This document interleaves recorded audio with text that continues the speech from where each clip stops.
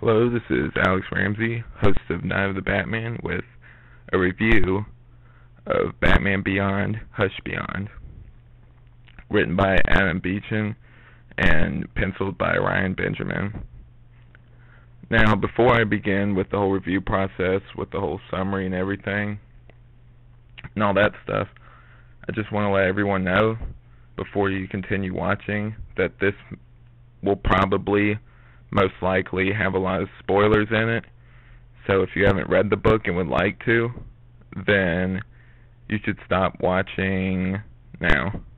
Now I assume that if you're still listening, that means you have read the book or you don't mind it being spoiled for you. So I will go into the process of reviewing it and all that other good stuff. Okay, first of all, my first thoughts of it. And just like the general background of it before I start the whole process. I actually got suggested to review this book by the author. He has Adam Beechin, he has a YouTube channel where he does commentaries on some of the issues, and I watched those just because I'm all into Batman. You can tell by some of the stuff on my channel. And I got interested. Some of his stuff seemed really interesting, and so one day I was in Books A Million just sort of browsing, and I saw two books written by him, Batman Beyond. One of them was The Hush Beyond, and the other one was Industrial Revolution, I think. And I was interested by it, but there was no real distinctive numbering or anything to tell me where to start off at, so I sent him a message, and he told me to start out on Hush Beyond, and so I did. Going in, my expectations was basically like a pretty clean slate, because I honestly didn't know what to expect. It'd been a while since I'd seen the Batman Beyond TV show. I mean, I occasionally watch an episode or two, but I hadn't been into it for a long time, and mostly what I remembered was just the Return of the Joker movie, which this surprisingly feels like a sequel to, which is amazing. Yeah, it's a really good book. The artwork is great. I particularly like the covers, and the story overall is just really good. I like the twist halfway through, and yeah, it just sort of keeps you guessing, and it's written well. It seems like just like the dialogue and how the characters act, it's like the show, but it's not, but in a good way. It's more mature than the show could ever be on TV, which I appreciated, because comics don't have the restrictions that the TV show did. And yeah, I really enjoyed it. It reminded me a lot of Return of the Joker, and there are in fact references to that in there, which I appreciate. I felt like Adam Beechin, when he wrote this, that he had a really great knowledge of Batman and Batman Beyond, like the series in general, which helped to make this really great story. And yeah, it's really great. It's an awesome story. And I guess next I'll just I kind of want you guys to read this on your own, so I'm going to sort of skip the summary. I kind of want people, if they're still listening, to listen to it on their own. Now, know that I might have some spoilers in here, so just be warned. But I want you guys to go out and get this, because I think you really will enjoy it. Okay, since I'm skipping over the summary, I guess I'll start out with the pros. Okay, the pros. There are many for this. Number one, the story is great. I like the twist halfway through with there's a reference in the Return of the Joker movie, if you guys have seen that, where it's just like a throwaway, kind of a joke reference, but it kind of made me interested what Dick Grayson was doing after Batman retired. They said you should look up Dick Grayson sometimes. Boy, does he have stories, and I kind of wondered what his life was like, and this book answers that, which I always kind of wondered. Like, it was just sort of in the back of my mind. It's like, I wonder what happened that they no longer talk anymore. And this attempts in it and does a really good job of answering it. With the whole Dick Grayson thing, basically he had been fighting some, I forget at the moment which villain it was, but Batman wasn't paying attention to him. This when he was Nightwing, and he got injured so badly that he couldn't go out and fight again. It basically left him, like, he could still move around with like a cane and everything, but he was no longer fit to fight because of Batman's carelessness, and I think that sort of drove a big old rift between them. I like how, also in this book, how it's something from Batman's past that's coming back to haunt him, sort of like the Joker story, which I really like. They even bring that up at one point. They, when Hush starts appearing and starts attacking people, the first person that McGinnis goes to is Tim Drake to ask him about it, and they reference the whole Joker thing, which he would be the first person to go to because last time it was him, so I thought that was really cool that they brought that up and that was in there.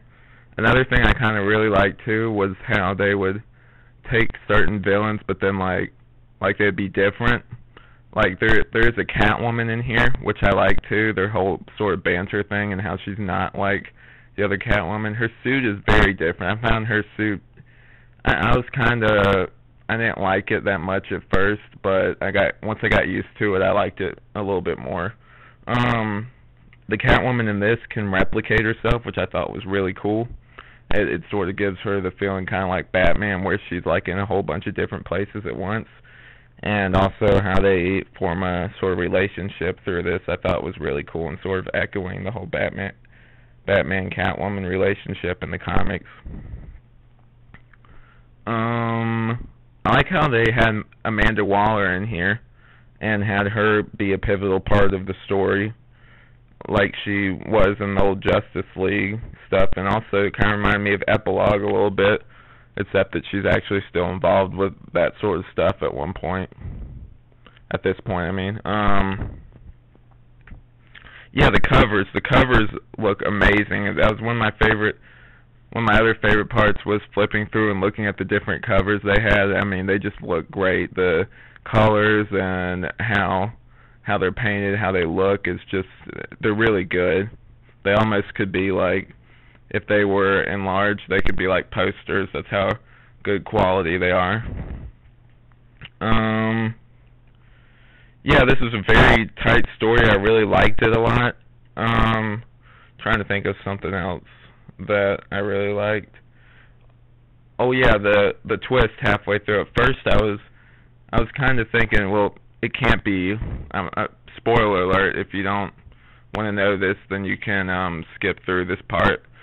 That Hush Beyond would actually be Dick Grayson, but it's really not.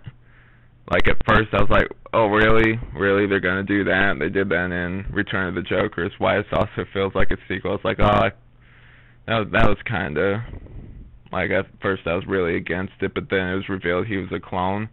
And just seeing, and I was more okay with that. It was sort of like they do that a lot in Batman Beyond, where they either have like a clone or some sort of robotic circuitry or something like that to bring back old villains. I was like, I'm more okay with that now. It was kind of hard to swallow to have Dick Grayson be a villain. Not that that's the first time he's been one. He's been one in The Dark Knight Strikes Again, which that book has a lot of problems with it. I'll review that some other time. Yeah, it's just really solid story. I really liked it. The art was great. It looked enough like the animated series, but I like that it was also its own thing. It wasn't trying to imitate the animated series, and it kind of looked like it enough, but it also brought like its own sort of spin to it, which I really liked. I liked that it was sort of its own thing while also being tied into the to the Batman Beyond animated series. Okay, the cons. There's not many, and most of them are just sort of nitpicks, really.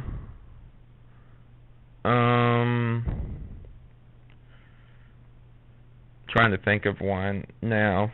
The whole thing of just Amanda Waller being involved and stuff. I mean, I said I like that earlier, but also that's been done a lot, like her being involved in every top secret government project. It kind of gets stale. I guess that's sort of like a nitpick. That's not really the writer's fault. That's just the way he wrote it. But yeah, trying to think of any other ones. Besides that, I mean, it has been a little while since I read that, so I might be missing a few things. But besides that, overall, I think that was pretty much it for the cons, and that's just like a tiny nitpick. That's not terrible or anything. It certainly doesn't ruin the story at all. Now, if I were to rate this on my 1 to 5 scale, I would give it a 4 out of 5.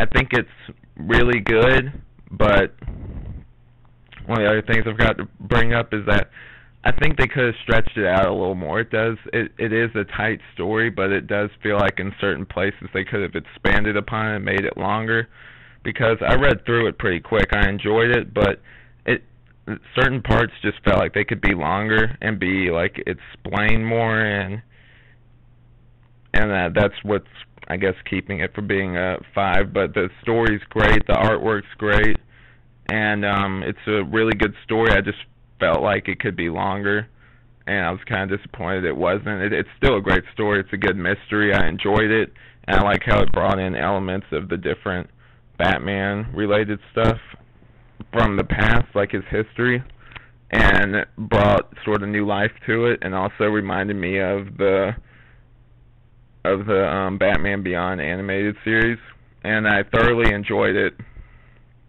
Next time I see a trade of some of his more recent Batman Beyond Unlimited, I'll make sure to pick it up. Also, I just want to throw out a quick recommendation. If you haven't checked it out, the channel of Adam Beecham, where he does commentaries on the issues that he makes, is called Wayne Incorporated, and I advise you guys to check it out. It's really cool seeing a writer talk about his thoughts through the book and just explain like his ideas and just different story points. It's really cool, and something like he points this out, something you don't get a lot whenever you read a book. You only get that really in movies, and I thought it was cool that he thought of that. That's really cool hearing creators like, just like his inspirations and his ideas and opinions on different things on the issues that he writes. I guess that's it. I hope you guys enjoyed this. If you haven't yet, like, subscribe, give me suggestions if you want me to review anything Batman related. I'd be happy to. I guess that's it. So consider this reviewed, and so